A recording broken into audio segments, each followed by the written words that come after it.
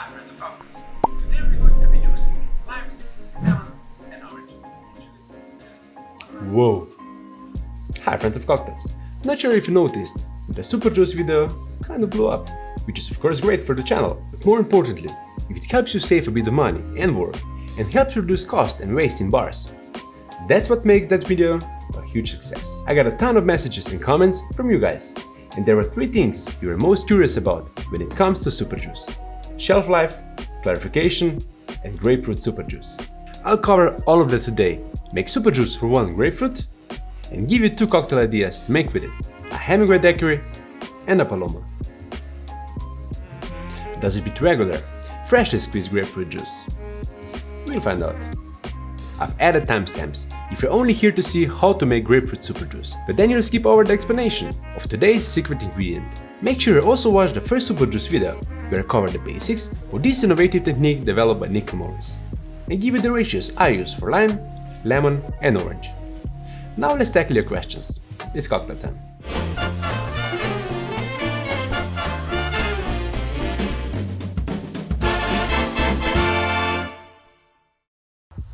Before we get to making the grapefruit super juice, let's first address shelf life. Well, fridge life really, but of course everyone just wants to know how long can you use super juice? Not indefinitely. The fresh juice that's added will oxidize, and after a week or 2 weeks you'll be able to pick up some off, slightly metallic taste. That can depend on your process, bottling, and even your palate. But considering you'll be able to taste that after only a few hours with fresh lime juice, I still think that's a major improvement. Omitting the fresh juice and just using the pills, acids and water should give you a longer shelf life, but you're compromising texture and you need to use up the juice anyway, so it's really not an improvement. Next, can you freeze super juice so it lasts longer? Yes, you can divide it into smaller batches and take the bottle from the freezer a couple of hours before you'll need it, or freeze it into ice cubes, measured of course. These are 7.5 and 15 mils, so a quarter and half an ounce. Shake them until they dissolve with the other ingredients. Before you add more ice and shake again. Can you clarify super juice? Will that make it more shelf stable? Yes? And probably yes. You can clarify it. Use the technique with agar agar I showed in these 2 episodes, with clarified lemon juice and a clarified lime mint cordial. I'll leave a link in the description if you want to check that out. I haven't done enough testing of the shelf life of the clarified super juice, but regular clarified juice does last a bit longer, so it would make sense it would be the same for the super juice too. I'll place some in the freezer and test it in the coming weeks and months, so make sure to check down in the comments of this video and subscribe so you don't miss future episodes. Now, who wants to make grapefruit super juice? Apparently everybody. So I went to work on finding the best way to make grapefruit super juice. It's a bit more tricky than lemon or lime, since the savory bitterness can be harder to replicate. Let's first look at the acids and their amounts naturally present in grapefruit. The fragrant and flavorful Star Ruby grapefruit has 1.6 gram of citric acid, 0.4 gram of malic acid, and 0.2 gram of glutamic amino acid. All of that is per 100 milliliters of juice. Ascorbic acid or vitamin C is of course present too, but it doesn't really add much with preventing oxidation or adding flavor, so not to add to your shopping list. We'll skip that. And we're of course staying away from succinic acid, which causes oxidation of citrus fruit. So we're looking at around 2% acids from citric and malic, compared to 6% in lemons and limes. The strong essential oils would also make it too fragrant to use it as a direct substitute for fresh grapefruit juice. I'll bump up the acidity to 6%, so you'll be able to use this very potent grapefruit super juice in place of lemon or limes. The acids will also give it longer shelf life and make it easier to use in cocktails, bringing strong grapefruit flavor and acidity. Grapefruit also has more sugar, but adding sugar to super juice would increase the possibility of fermentation due to yeast on the peels. What we will add to come closer to the true grapefruit flavor is sodium salt of the glutamic amino acid, which we said is naturally present in grapefruit. So you'll need monosodium glutamate, or MSG. Now just give me a minute before you hit me with all caps in the comments. Super juice has already proven to be controversial to some. Adding MSG probably won't help, but here it goes. MSG, the purest form of umami, is found naturally in many foods including tomatoes, mushrooms and cheese, in glutamic acid form, while some claim MSG causes headaches. Studies haven't shown good evidence to support this, but I'm just a small YouTube bartender, so here are some big YouTube chefs to bring the point home. A lot of you guys have started using it and you love it, and you've noticed that it is perfectly safe to eat. The whole fear of MSG started around this like racist research paper that came out in the 70s. This guy was like, every time I eat Chinese food, I get a headache. There have been numerous scientific studies around it that have all proven that it's safe to eat. If you're still not convinced or don't want to look for MSG, you can skip it. But I've tried both and the difference really is noticeable. Now, if you're just here for the process, here's where we finally start.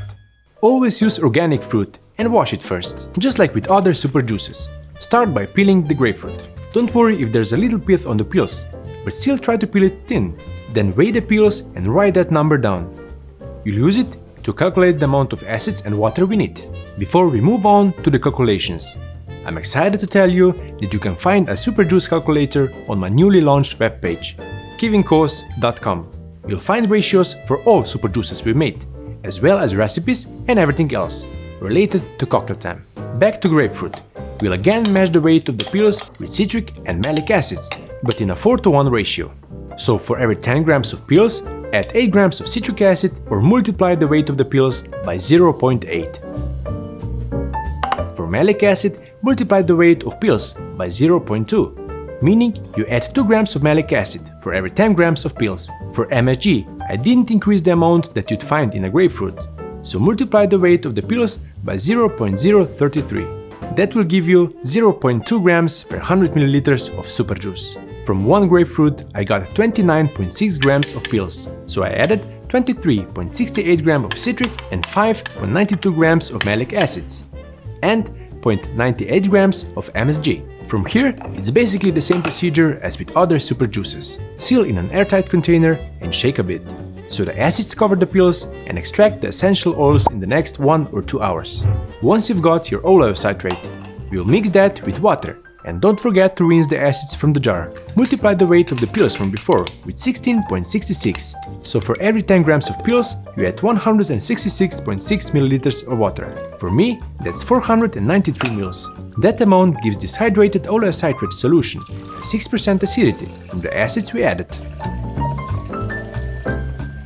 This will be slightly lowered by the fresh grapefruit juice we'll add from our grapefruit. Again, this has around 2% acidity. I'm okay with that, but you could add additional 3.2 grams of citric and 0.8 grams of malic acids for every 100 milliliters of grapefruit juice. Enough with the numbers, right? Blend everything thoroughly before filtering and bottling what Nicky Morris dubbed super juice. And if you're wondering, why wait 2 hours for the acids to pull out oils from the peels if we end up blending everything anyway? An experiment done by our Discord member has shown that if you skip that step, the final product is more one-dimensional and flat. Thanks, Adrian!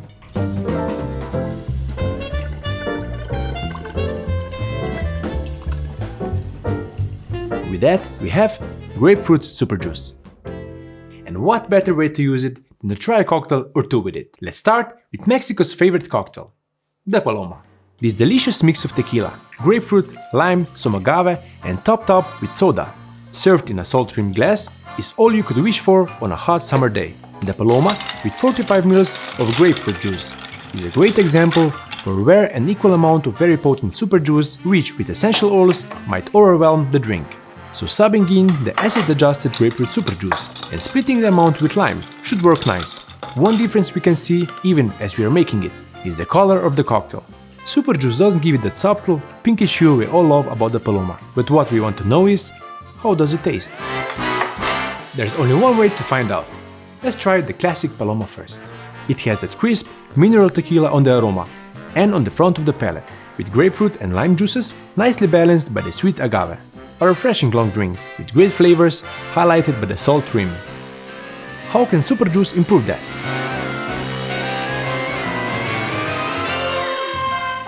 Again, earthy notes from the tequila, this time joined by the grapefruit more prominently. This is also coming through stronger on the flavor. Super Juice Paloma is like a grapefruit injected version, with slightly more bitterness and a lot more grapefruit aroma that stays on the tongue. With that said, I still have to lean towards the classic Paloma between these two. The color is nicer, and the flavors are nice and balanced, in my opinion. What about the cocktail, where the bitterness of the grapefruit makes the core of the cocktail? Let's make two versions of the Hemingway Daiquiri. This daiquiri reef is inspired by Ernest Hemingway's love for rum and daiquiris, but due to his diabetes, it's made on the bitter side. with grapefruit and maraschino. Because of the higher acidity of super juice, we can again combine the grapefruit and lime components from the original recipe. So it's not only more convenient and less wasteful, but also faster, if you'll be making more of this, of course. If you're making a single cocktail every now and then, probably doesn't make sense for you to make super juice. But it's good to know the recipe for when you might need it. I add a bar spoon of simple syrup in this cocktail as well, to balance the cocktail for a modern palate. But of all the ingredients, it's the grapefruit that makes this cocktail for what it is. So how will super juice play its role in it? Again, you can see the slight difference in the color, and both have a nice grapefruit aroma, one from the expressed peel, other from the essential oils in the super juice. The classic Hemingway Daiquiri is a balanced cocktail, with rum in the front, but both grapefruit and lime played their part to keep it on the tart side of the spectrum. In the super juice version, the bitterness and aromatics of the grapefruit are pushed to the forefront. I think another bar spoon of simple syrup would be good if you want to make it a bit sweeter. Unless you're Hemingway, then this is probably perfect. So, what's the verdict? Is it better? If you want to highlight the grapefruit flavors, then yes, that might be great in some tiki cocktails, or maybe the brown derby. But with the grapefruit peels being so full of flavor, I don't see grapefruit super juice working as a direct substitute for fresh grapefruit juice. So I'm calling on all of you to try and improve my formula. Find ratios and recipes that you think might work better, maybe a dash of grenadine to help with the sweetness and color. Make sure you try out your ideas, find what works best, and contribute to the current super juice development phase. As long as you find a way to make delicious cocktails with less waste and have fun doing it, I call that a win. I can't wait to see your thoughts on grapefruit super juice. And if you want to see me try any other super juices, let me know in the comments. Cheers!